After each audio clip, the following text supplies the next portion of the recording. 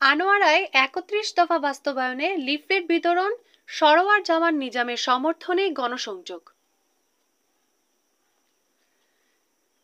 বিএনপির ভারপ্রাপ্ত চেয়ারম্যান তারেক রহমান ঘোষিত রাষ্ট্র কাঠামো মেরামতের ৩১ দফা বাস্তবায়নের অংশ হিসেবে আনোয়ারার ৪ নম্বর বটতলী ইউনিয়নে লিফলেট বিতরণ ও গণসংযোগ কর্মসূচি অনুষ্ঠিত হয়েছে। ২৪ নভেম্বর সোমবার বিকেলে স্থানীয় নেতাকর্মীরা এই প্রচারণা পরিচালনা করেন। আয়োজিত কর্মসূচির সভাপতিত্ব করেন বটতলী ইউনিয়ন বিএনপির সাবেক সভাপতি আহমদ। প্রধান অতিথি ছিলেন বাংলাদেশ জাতীয়তাবাদী শহীদ জিয়া প্রজন্ম দল কেন্দ্রীয় কমিটির সাধারণ সম্পাদক মোহাম্মদ আবু তাহের।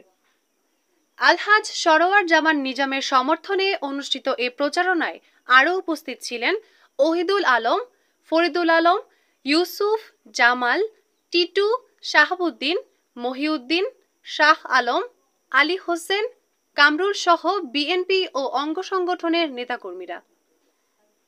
লিফলেট বিতরণের মাধ্যমে নেতৃবৃন্দ তারেক রহমানের ৩১ দফার মূল বার্তা জনগণের কাছে পৌঁছে দেন। তারা বলেন, দেশের গণতন্ত্র পুনরুদ্ধার, ন্যায় বিচার প্রতিষ্ঠা এবং জনগণের অধিকার ফিরিয়ে আনতেই এই ৩১ দফা ঘোষণা করা হয়েছে। নেতাকর্মীরা ধানের শীষের পক্ষে গণসমর্থন আদায়ের আহ্বান জানান এবং বিএনপির নির্বাচনের দাবিতে চলমান আন্দোলন আরও বেগবান করার অঙ্গীকার ব্যক্ত করেন। ডেস্ক রিপোর্ট, বার্তা টুডে।